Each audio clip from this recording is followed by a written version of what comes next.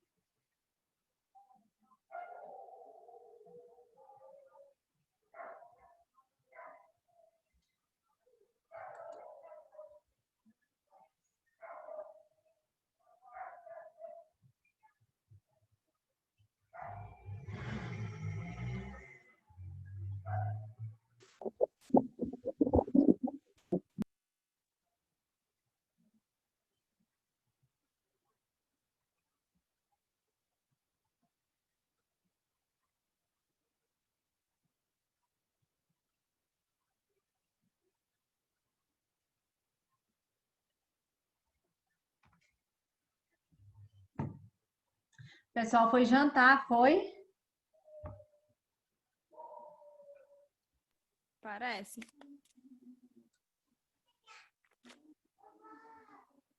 Professora, Oi.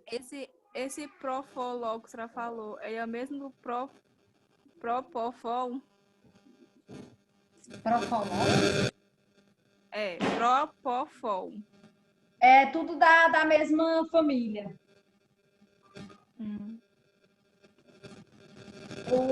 Os efeitos são praticamente os mesmos.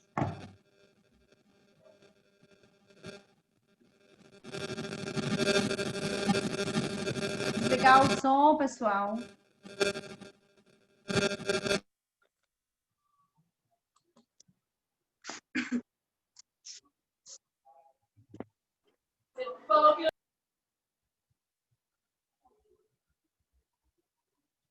Professora, Oi.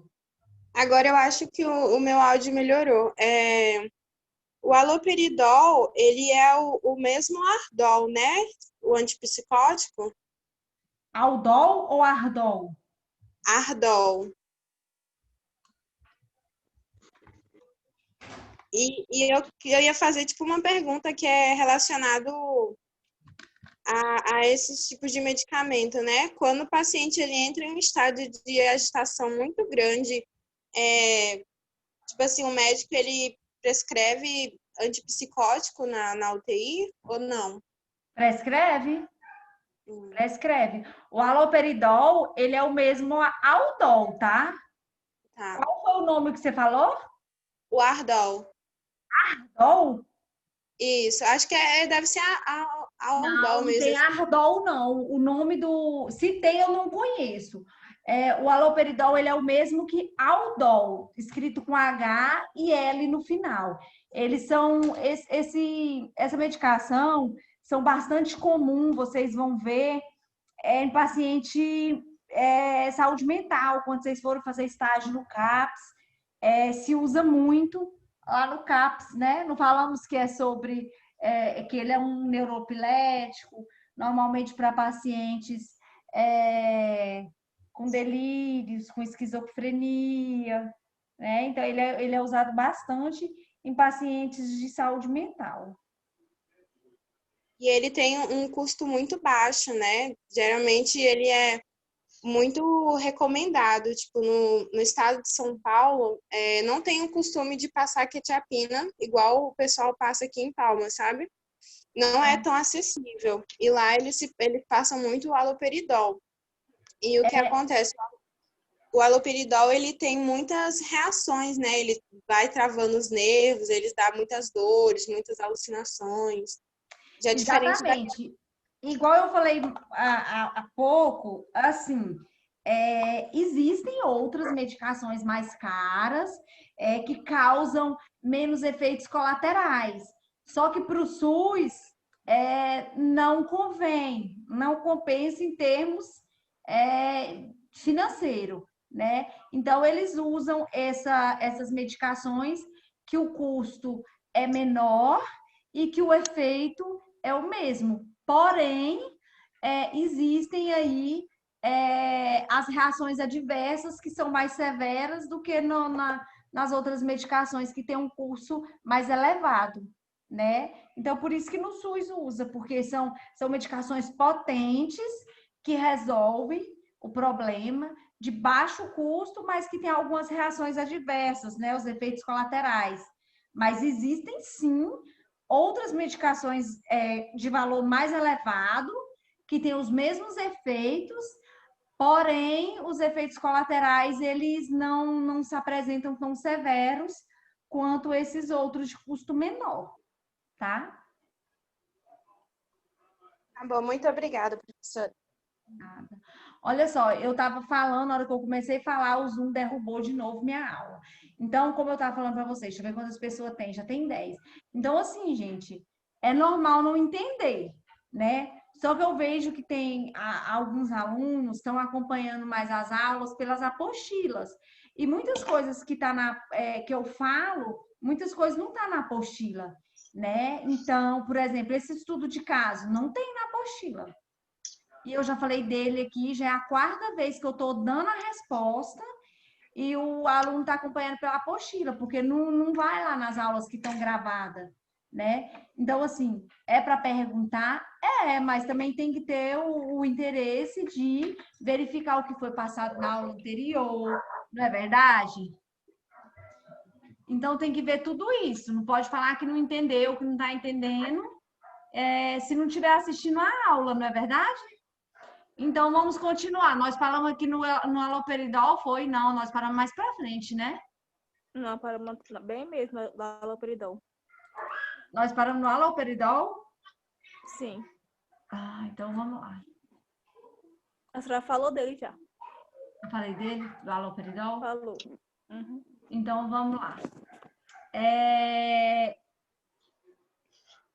Tem outras drogas aí que são adicionais aí na analgesia ou sedação. Quando vocês forem fazer a disciplina de administração de medicação e farmacologia, vocês vão entender melhor essa classe dos neuropiléticos, dos bloqueadores neuromusculares. O professor de farmacologia vai detalhar melhor isso para vocês, porque, na verdade, a farmacologia vocês teriam que ter tido ela antes do paciente crítico, né? Para poder já ter mais ou menos, já ter uma base. Já tivemos aula de farmacologia, professora. Vocês já tiveram? Eu não Já tive. tivemos. Eu não tive a de farmacologia ainda. Eu também Tem não tive. tem muitos Ah, eu alunos. já tive a professora Josi, parece. Com a professora Josi, maravilhosa. Tem alguns alunos que ainda não tiveram, infelizmente, a aula de farmacologia. Então, assim, quando vocês que não tiver, vocês vão entender mais a classe aí das medicações, tá? Então, vamos lá, continuando. Outros tipos de drogas aí que são usados aí para dor e para sedar o paciente são os chamados bloqueadores neuromusculares, né? Que é utilizada apenas aí na terapia intensiva. E como eu falei para vocês anteriormente, o técnico de enfermagem, ele não tem que só administrar, ele tem que observar a resposta que o paciente vai apresentar ali para a medicação. Se é uma boa resposta, se está atendendo ao que foi prescrito, se o médico tem que aumentar, diminuir ou retirar aquele fármaco, tá? Então, o técnico de enfermagem tem que observar e fazer as anotações e comunicar ao médico aí se haver alguma intercorrência, seja em sedativo ou em remédios para dor, tá? Existem também na UTI fármacos para tratar as infecções. Por quê que existem drogas para tratar as infecções? Porque na UTI existem muita intercorrência de infecções. Tanto infecção ali por causa da área hospitalar, quanto infecções que vêm de fora, né, de bactéria, de vírus. Por isso que existe a restrição de contato na UTI. A visita não é constante igual em uma enfermaria. Paciente de UTI, são poucos que recebem visita e tem ali o tempo cronometrado, né? Por quê? Porque normalmente são pacientes, como eu falei para vocês, são pacientes críticos, muitos pacientes têm alguma incisão ali por alguma cirurgia, então, assim, é muito perigoso esse paciente apresentar aí alguma complicação infecciosa devido a bactérias e vírus que vieram aí de fora da área hospitalar ou mesmo da área hospitalar. Só para vocês terem uma ideia, em média de 50% a 80% dos pacientes graves, eles vão receber algum tipo de antimicrobiano. Por quê? Porque esses pacientes aí de 50% a 80%, eles poderão, né, desenvolver aí algum tipo de infecção microbiana, né? Ou provinda de fora para dentro, ou mesmo da área hospitalar. Uma bactéria muito recorrente nas UTIs são a bactéria KPC, né? E ela se torna bem resistente ali no ambiente hospitalar. Então, não é qualquer antimicrobiano disponível ali que vai combatê-la, tá bom? Então, na UTI são utilizadas também essas drogas aí antimicrobianas, tá? O que se deve observar na utilização das drogas antimicrobianas? Deve ser priorizado aí, pessoal, 2 aspectos que é muito importante. Primeiro, o que o médico vai, ele vai analisar para prescrever esse antimicrobiano? Ele tem que observar 2 aspectos. O primeiro, localizar o foco infeccioso, de onde que está vindo, por quê, ele tem que detectar isso aí. E o segundo passo, identificar o agente etiológico. É uma bactéria? É um vírus? Né? Então, Esses dois aspectos é muito importante. Localizar o foco infeccioso e identificar o agente etiológico. O paciente no estado crítico, né, que é o paciente da UTI, a sobrevivência desse paciente vai depender aí do rápido início da antibiótico terapia. E adequada, porque não adianta o médico utilizar um antibiótico para bactéria, sendo que o paciente está acometido por um vírus. E nem um antibiótico viral para o paciente que está acometido com bactéria. Então, por isso que é importante localizar o foco infeccioso e identificar qual que é o agente etiológico, porque nem todos os antimicrobianos servem para aquele agente etiológico. Então, o paciente ele tem que passar aí por exames mais detalhados para poder identificar se é uma bactéria, se é um vírus, para entrar com um antibiótico adequado para aquele paciente. Não adianta dar um antibiótico para meningite viral, sendo que o paciente está com uma meningite bacteriana. Não vai adiantar nada, né? Então, por isso que é importante, esses dois aspectos aí, eles devem ser priorizados, ok? Outras drogas também que são utilizadas na UTI são drogas utilizadas no choque, né? O que seria esse choque, pessoal? É aquele choque séptico, né? Que o paciente, o organismo do paciente entra em choque, né? Eu coloquei o conceito aí para vocês lerem e se atentarem melhor.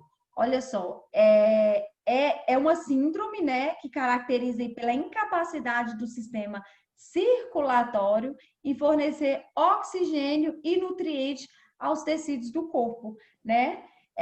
Muitas vezes o sistema circulatório o coração tá bombeando ali o sangue, tá bombeando o sangue, mas não em sua capacidade total. Então, aquele sangue, aquele oxigênio e todos os nutrientes que são transportados aí através do sangue, ele não consegue atingir todos os tecidos que tem que ser atingidos, né? Porque muitas vezes o coração, esse sistema circulatório, ele tá trabalhando em uma capacidade menor, tá?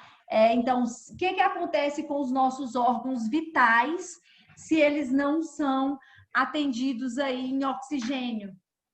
Vai acontecer a degeneração, não é isso? Vai acontecer muitas vezes a morte celular, não é isso que acontece?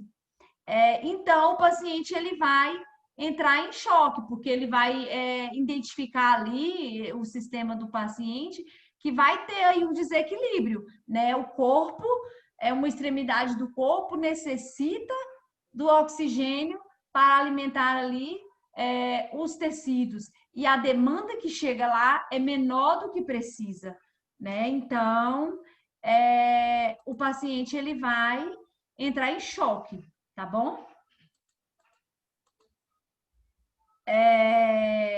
Eu coloquei para vocês sobre o choque séptico. O choque séptico, gente, ele acontece muito em pacientes críticos, tá? No caso do choque séptico, as drogas que são utilizadas são drogas vasoativas, tá? Eu acabei de falar que o músculo do coração, ele não vai bombear o sangue com oxigênio e com os nutrientes em sua capacidade total, não foi isso? Então, usando essas drogas vasoativas, o músculo aí do coração, ele vai voltar a bombear de forma correta, tá? Ele vai bombear ali em toda a sua capacidade, causando aí o transporte de oxigênio e de nutrientes para todo o corpo, conforme o nosso organismo precisa, tá? O que acontece quais são aí as medicações que os médicos também eles costumam usar nesse caso? Coração parando, bombeando pouco sangue. Aí vocês já assistiram aquela série lá esqueci o nome, que passa na Globo, dos médicos lá, depois da novela, que fala assim, vamos aplicar adrenalina, noradrenalina, não é? Para o paciente voltar às suas capacidades normais. Né? Então, a dopamina ou a noradrenalina são essas duas primeiras opções, né? Primeiro, o médico entra com a dopamina para poder o paciente voltar para o sistema cardiovascular aí, voltar a trabalhar de maneira correta. Se a dopamina não surtir o efeito esperado pelo médico, aí vai substituir aí pela noradrenalina. Só que o que acontece?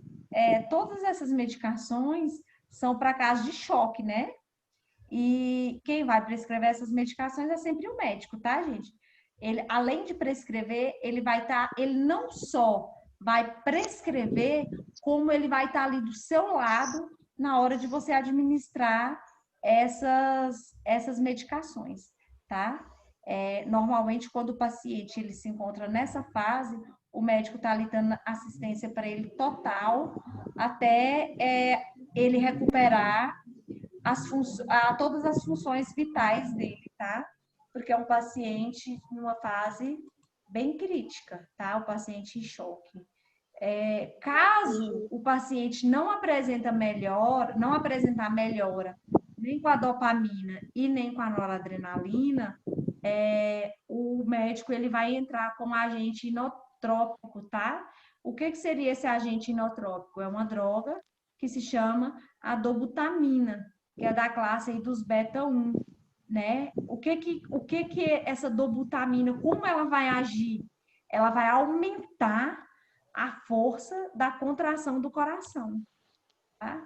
Então, se a dopamina e nem a noradrenalina fizer efeito, que é muito difícil não fazer, o médico ele vai entrar aí com a dobutamina, que é da classe dos beta-1, porque essa dobutamina ela vai potencializar aí os efeitos da dopamina e da noradrenalina, forçando aí a contração do coração.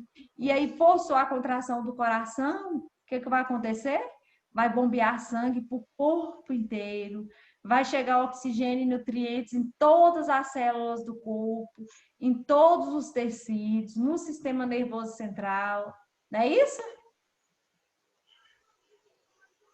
Sim ou não? Sim. Sim, né? No caso da farmacologia, gente, ela é um pouco complexa, mas vocês podem ver que a gente está restringindo aqui a falar das drogas as mais utilizadas mesmo, tá? Então, assim, vocês não precisam decorar, porque no dia a dia do trabalho do técnico, ele vai aprender tudo isso e são as medicações usadas essas aí. Não tem erro, não. Não tem erro e não tem outras, né? São essas e pronto. E outra coisa, o técnico ele vai administrar. Quem vai prescrever é o médico. E o que acontece? A gente ensina tudo isso aqui para vocês, mas para vocês terem, é lógico que, por exemplo, vocês vão chegar lá na UTI e aí o médico prescreveu a dopamina e a noradrenalina para o paciente. Eu tô falando aqui para vocês de exemplos, tá? Olha só, o médico prescreveu a dopamina ou a noradrenalina, não fez efeito. Aí você vai falar, meu Deus, e agora? O que vai fazer? Né? Você tem que ficar ali esperando. Mas o que acontece? Você pode até pensar o que você pode fazer. Mas a única coisa que você pode fazer é administrar outra medicação que o médico passar. Quem tem que saber o que fazer é ele. Entendeu? Vocês aprendem isso aqui, vocês vê, para vocês não chegar lá leigo, cru de tudo, mas para vocês chegar com noção de como acontecem as coisas. Mas quem tem que saber, quem tem que providenciar, quem tem que trocar medicação é o médico. Vocês têm que ter essa noção para até mesmo para poder saber o que você está fazendo. Então, tipo assim, a dopamina e a noradrenalina não fez efeito, quem vai saber se tem que trocar pela dobutamina para aumentar a força da contração do coração é o médico, não é vocês, tá? Então, assim, a gente ensina, fala, para vocês terem noção de como acontecem as coisas lá dentro da UTI, né? Tipo assim, fez uma droga, não deu certo, fez outra droga, não deu certo. Vamos partir para a terceira droga.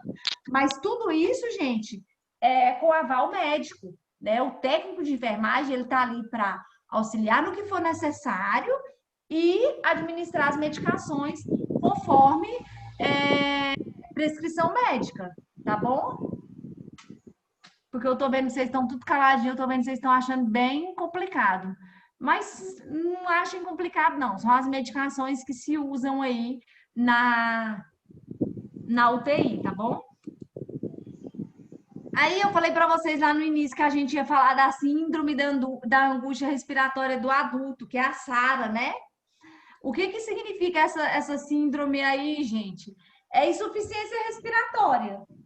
Por algum problema pulmonar, pode ser nos alvéolos do pulmão, pode ser por um derrame pleural, complacência pulmonar. Então, o que são a complacência pulmonar? São a dificuldade aí das fibras dos dos pulmões, elas são elásticas, na verdade, né? As fibras dos pulmões. Então, essa SARA, que é a síndrome, ela vai caracterizar por todos esses fatorzinhos, por algum problema que vai causar insuficiência respiratória, tá? Quais são os fatores de risco para essa síndrome se manifestar? São a sepse, né, que é o choque que eu falei para vocês agora, aspiração do conteúdo gástrico, né? O técnico de enfermagem ele não fez essa aspiração de forma correta e esse conteúdo gástrico ele foi para o pulmão. Por algum tipo de trauma, ou transfusão múltipla, ou pancreatite, né? Que a pancreatite é a inflamação dos pâncreas. Pode ser causada também por uma embolia gasosa e outros fatores. Alguém sabe me dizer o que é embolia gasosa? Quando o ar vai para o coração? Exatamente. Não exatamente para o coração, né? Para o pulmão também, tá? Para o pulmão ou por toda a corrente sanguínea. Na verdade, a embolia gasosa, a embolia, ela não é causada por coágulos de sangue, e a embolia gasosa, ela vai obstruir aí esses vasos sanguíneos por alguma bolha de gás, né? Não necessariamente no coração nem no pulmão, mas em toda a extensão dos vasos sanguíneos. Só que mais comum dar essa embolia gasosa aí quando há essas bolhas de gás vai para o pulmão, tá?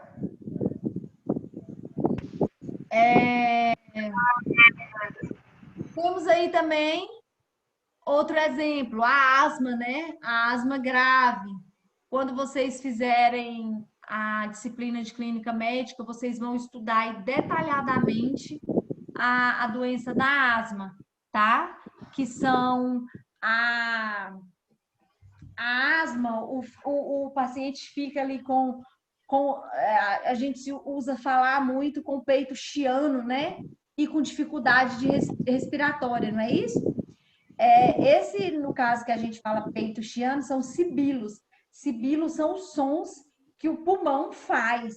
Se você tiver com estetoscópio e colocar o esteto no pulmão do paciente, pedir o paciente para respirar e inspirar profundamente, você vai detectar esses sibilos, que são os barulhos que o pulmão faz quando o paciente está com asma. A dificuldade respiratória, tosse também, tudo isso aí é o conceito da asma, tá? No caso do paciente com crise asmática, o médico ele usa mais o salbutamol, tá? O salbutamol, gente, ele é bem utilizado para... O salbutamol ele é bastante utilizado aí para pacientes com dificuldade respiratória, tá? Outra medicação que também é bastante utilizada é esse brometo de ipratrópio, porque ele provoca aí uma broncodilatação. O que que acontece aí quando acontece essa broncodilatação? O paciente ele vai melhorar, ele vai respirar, na verdade, com mais facilidade. A asma não é a dificuldade respiratória? Não é isso, pessoal? Sim. E aí, com essa broncodilatação, o paciente ele vai melhorar essa respiração. Tem também a aminofilina, que não é uma droga de primeira escolha. Qual que é a droga de primeira escolha? Salbutamol, depois o brometo de iprópio, tá? Se nenhum desses dois funcionar, aí o médico vai partir para aminofilina, né? Essa aminofilina, ela é utilizada por via endovenosa ou intravenosa, tá? De acordo com a prescrição médica. O médico sempre vai prescrever para vocês tantos ml, em tantos ml de soro, tá bom? Então, não se preocupem com essas prescrições de medicação, porque quem vai fazer isso aí é o médico. E, por incrível que pareça, pessoal, o médico, ele prescreve detalhadamente para o técnico. Tipo assim, se o paciente tem que tomar dipirona endovenosa, né? Intravenosa ou endovenosa, que é a mesma coisa. Ele vai prescrever o seguinte, uma ampola de 2 ml de dipirona, ele vai colocar dessa forma, tá? Porque a ampola de dipirona vem em 2 ml. Em 10 ou em 20 de água destilada ou em 500 ml de soro diluída. Então, assim, o médico ele prescreve tudo detalhadamente. Então, não tenham medo de não saber e tudo, porque é rotina hospitalar prescrever dessa forma. Então, você nunca vai ficar assim, tipo, eu não sei fazer essa medicação. Não, sabe? Porque lá na UTI tem a medicação e o médico vai praticamente desenhar para você o que você tem que fazer, tá? Então, voltando. Se o salbutamol e o brometo de ipratrópio não funcionar, aí o médico vai prescrever a aminofilina via endovenosa. E o médico também ele pode prescrever corticoide, tá? O corticoide, gente, ele pode ser tanto intramuscular ou intravenoso, tá? No caso, se for o paciente tiver com muita dificuldade de respiração, se for grave, né? Então, o médico vai prescrever. Normalmente, em UTI, ele vai prescrever o corticoide intravenoso também, tá? Só que ele vai colocar direitinho como que é para administrar aquela medicação, ok? Temos aí também os problemas gastrointestinais, né? A partir de quinta-feira, amanhã é quarta, quinta-feira é nossa prova, a partir de sexta-feira a gente vai, ficou um erro de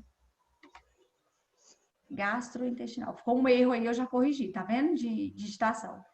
A partir de sexta-feira a gente vai falar sobre os problemas gastrointestinal, porque acontece muito paciente de UTI ter problema gastrointestinal, tá? E acontece muito hemorragias, né? O que são hemorragia gastrointestinal? São os pequenos sangramentos em qualquer parte aí do aparelho digestivo, tá? Pode ser devido à úlcera. O que são úlceras, pessoal? Úlceras são feridas na mucosa do trato digestivo, ok? Então, toda úlcera é uma ferida. E essa úlcera, essa ferida pode ser provocada por estresse, que são bastante comuns em paciente grave, né? Paciente de UTI, por uma série de patologias que eles estão ali, eles desenvolvem bastante aí essas úlceras aí por estresse, tá? Aí eu já falei, envolve a ruptura, né? No caso, envolve a ruptura da integridade da mucosa, que são feridas aí na mucosa do aparelho digestivo, tá bom?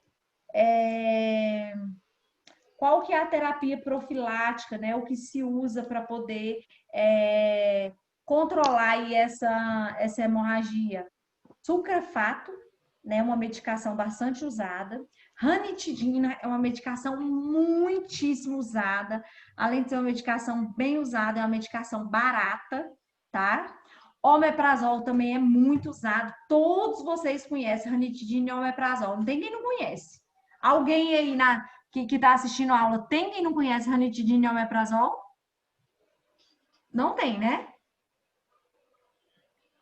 Inclusive tem em casa o omeprazol. Não tem uma pessoa que não conhece ranitidina e omeprazol. Porque são bastante conhecidas para o aparelho digestivo, né? Além de ser ótimas para as úlceras, são melhor ainda para gastrite, né? Porque a gastrite, eu vou falar para vocês aqui, quando vocês estiverem em clínica médica, vocês vão estudar mais detalhadamente a gastrite e a úlcera. Mas a diferença delas duas é o seguinte: a gastrite é a inflamação da mucosa e a úlcera é a ferida já, né? Já a inflamação ela já evoluiu para uma ferida na mucosa aí do aparelho gastrointestinal. O hidróxido de magnésio também é muito usado, né? Acredito que vocês todos conhecem, é um frascozinho azul, né? Ele Leite não pode... magnésio. Exatamente, hidróxido de magnésio. Ele é muitíssimo bom, tá? Então, são medicações que todo mundo conhece, são medicações baratas e que são utilizadas também aí em pacientes com hemorragia gastrointestinal. Além desses, tem o misoprostol, que ele é antiácido, né? Ele previne úlceras e sangramentos. Por que sangramentos? Porque normalmente, gente, essas feridas, essas ulcerações na mucosa, ela causa sangramentos. Dependendo aí alguma medicação que você toma ou alguma comida que você come, né? Vão atingir essas úlceras e vai causar o sangramento. A pirezepina também inibe a secreção ácida, né? Que vai fazer ali o efeito antiácido e vai prevenir a úlcera, né? Por estresse. E temos também o sulfato, que é o hidróxido de alumínio, né? Além disso, deixa eu falar mais rápido bem aqui, porque nossa aula vai derrubar, ainda falta 4 slides. Ah, tá, insuficiência renal aguda, né? Nós já falamos disso aqui, que é a insuficiência renal aguda, né? Eu não vou repetir, porque nós já falamos 2 aulas sobre isso, tá? O que é a insuficiência renal aguda? É a diminuição aí da função renal por algum problema que aquele paciente está apresentando ali na UTI, né? É uma condição clínica reversível. Não foi isso que a gente aprendeu? Então, naquele momento, o paciente está com suas funções reduzidas, mas é reversível, ok? Se o Zoom derrubar nossa aula, falta 2 minutos e meio. Vai faltar só 2, 3 slides, a gente fala na aula de amanhã. Aí, na aula de amanhã, deixa eu adiantar aqui para vocês, a gente vai fazer revisão de todo o conteúdo que nós vimos para a prova. Se vocês tiverem dúvida, vocês anotem para a gente discutir amanhã. E eu vou falar um pouco dos tópicos mais importantes do que foi falado todos esses dias, tá? Mas se vocês já tiver dúvida, quiser dar uma lida no material mais cedo e anotar as dúvidas, a gente vai debater na aula da noite. E na quarta-feira... Professora, amanhã não tem slide então não para ler? Não, amanhã não tem. Amanhã vai ser o final desse aqui, que se o Zoom não vai derrubar nossa aula agora, falta 1 minuto e meio. Falta 4 slides. E aí a gente vai fazer um apanhado geral de todo o material que a gente viu do início até hoje para a prova. Outra coisa muito importante que eu vou lembrar vocês, vocês têm até amanhã para resolver as atividades. E tem algumas pessoas que ainda não resolveu, né? Então, amanhã é quarta, na quinta-feira de manhã eu já vou entrar e já vou pegar, já vou corrigir tudo, ver quem fez, quem não fez, e aí para depois de amanhã a gente ter nossa prova, tá bom? Então amanhã a gente não tem slide, só vai ser o final desse e a revisão geral. Leiam o material amanhã durante o dia. Se vocês tiverem dúvida, vocês anotem, mas eu vou estar aqui falando para vocês os pontos principais do que foi falado todos esses dias, ok? Ok. Beleza, pessoal? Beleza. Quem tiver dúvida no estudo de caso, assiste o finalzinho da primeira parte da aula de hoje, que eu falei lá, bem no finalzinho da primeira parte da aula de hoje, ok? Ok. E o Zoom vai derrubar nossa aula agora.